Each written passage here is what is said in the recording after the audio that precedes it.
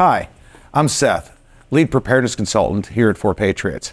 In the event of an emergency, it's important to make sure that the items that you have that you're going to be depending on will work exactly for you the way you need them to when the power goes out.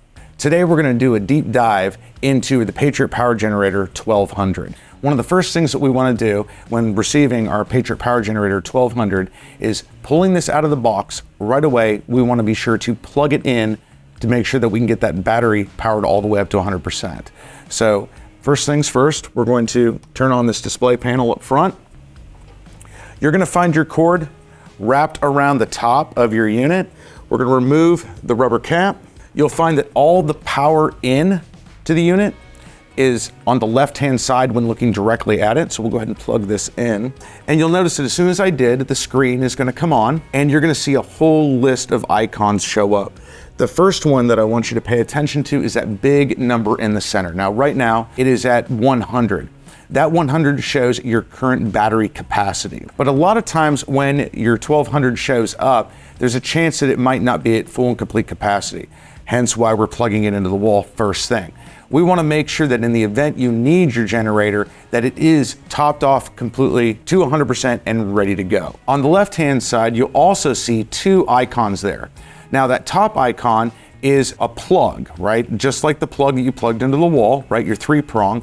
And when it is plugged in, it's going to illuminate. So we'll unplug this here for a moment and you'll see that that icon goes dark. When we plug it back in, the icon illuminates again. So this shows that we have a good power connection. Now below that, you'll see what looks like a grid box. Now that denotes your solar panel, right? When we had the panel plugged in, that would illuminate as well. So it's important to remember that when charging this unit, everything's on the left and we're either going to charge via the wall if we have power, or we'll set the panels up and that would illuminate that icon, but we would not charge both simultaneously. Now moving across, you're going to see a whole nother set of icons that are set up on the right-hand side. Now, what these icons are is for power out, right? These are your outlets. Across our unit, we've got a couple of different options. The first one we're going to talk about is your standard 3-prong, where we have two. Now, above the 3 prongs, we have two other options. We have two standard USB ports. We also have two USB-C ports.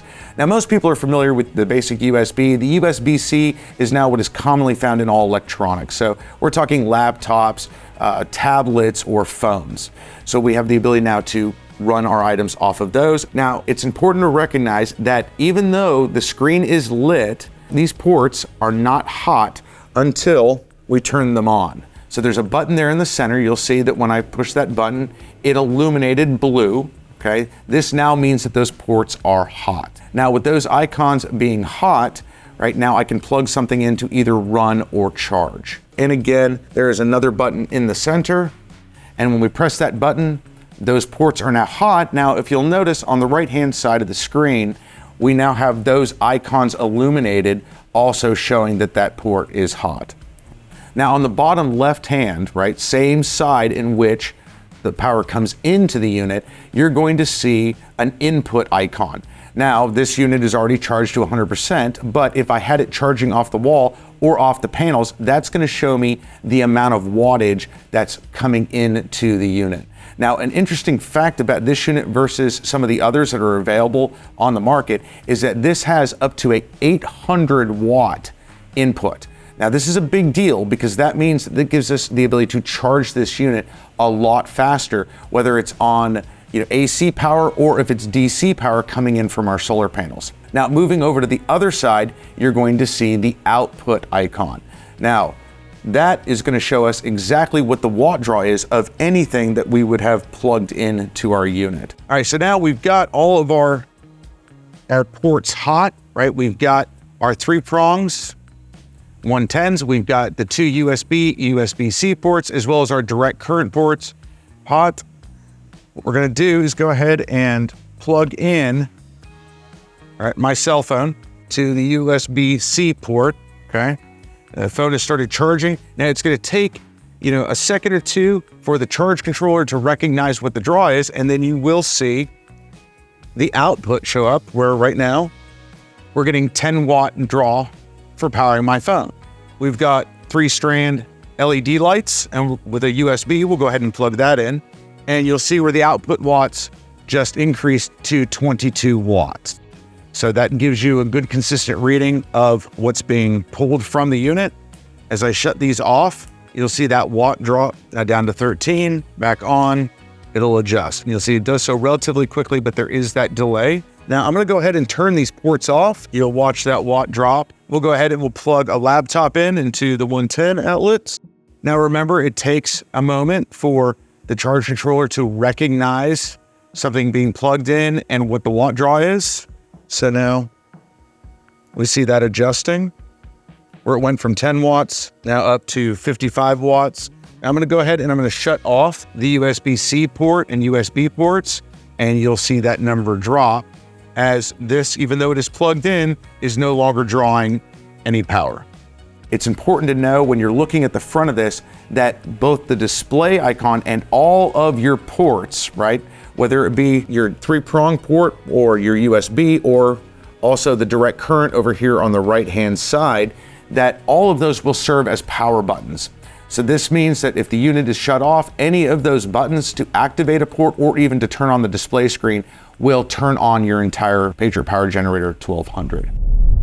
That's the display in a nutshell. It's plug and play, it's very easy, but what we need to do a deeper dive into to understand how this unit works is what's inside. Right now, with all alternate power options, we have 3 main components that we want to break down. Number 1 is the brain of the unit. This is the charge controller.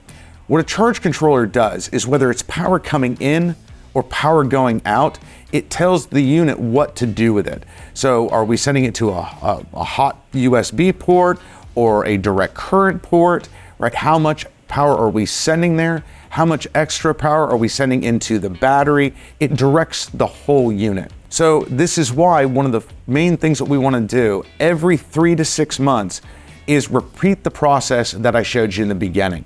This is where we pull this generator out, we plug it into the wall, we check all the icons, we check all the ports, right? Maybe plug something into it.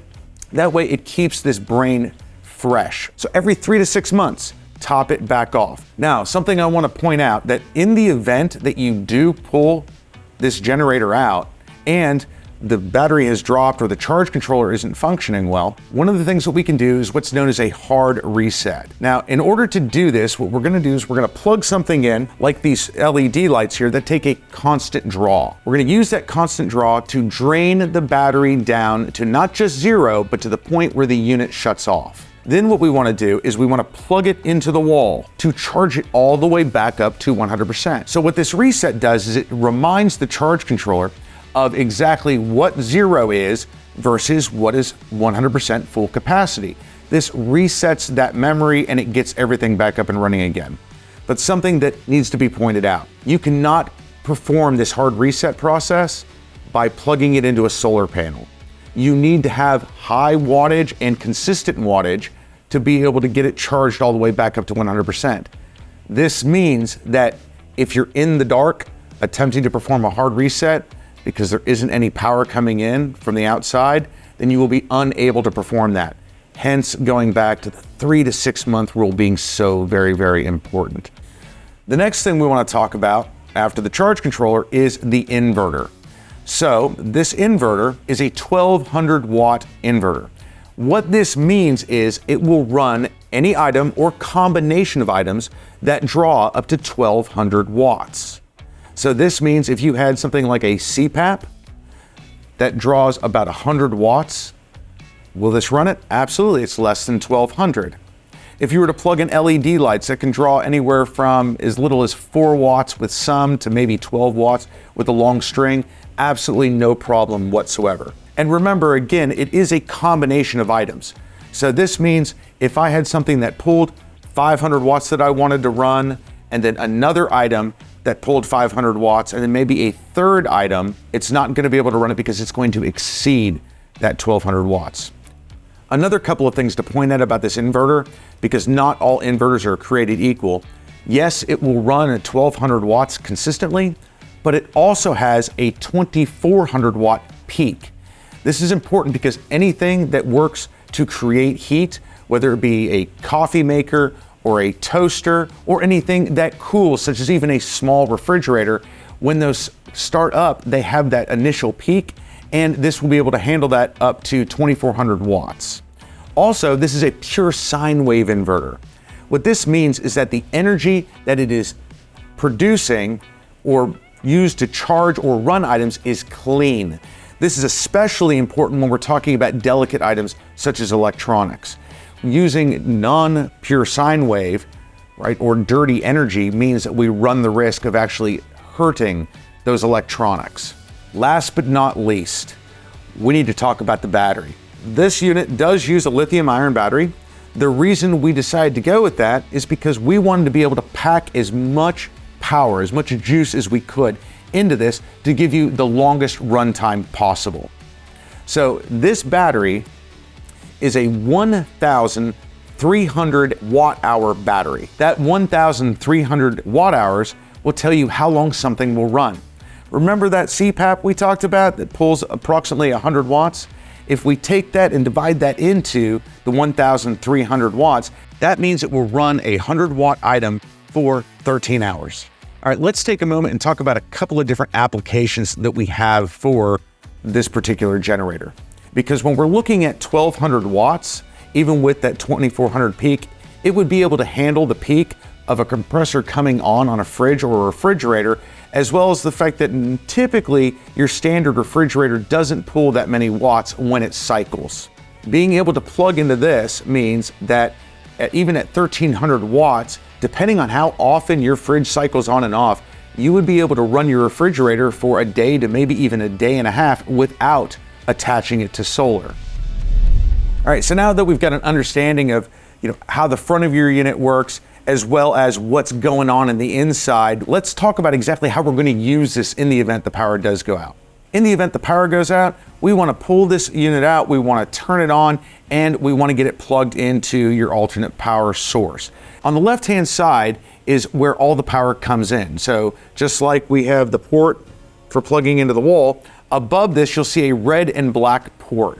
This is an Anderson power pole port, right? This is where we're going to go ahead and we're going to plug in our solar panel. I've got a 25-foot Anderson power pole extension cable here. We've got two sides that are identical, right? Red and black. We also have one side that has a white flag attached to it. If you look real close on the white flag, it's going to say this side toward panel, okay? So what we're going to do is we're going to take the other end and we're going to plug it in red to red and black to black. Then we will take the other side with the white flag. Again, this is this end toward panel, and you would run it outside to your panels. Now, by having a 25-foot extension cord, it means that I can keep my generator inside and monitored and utilized while my panels are outside doing exactly what they need to do. Now, after this deep dive into our Patriot Power Generator 1200, I hope you feel confident in being able to pull this unit out in the event the power goes out to meet all of your alternate power needs. With any additional questions, do not hesitate to reach out to us at 4patriots.com.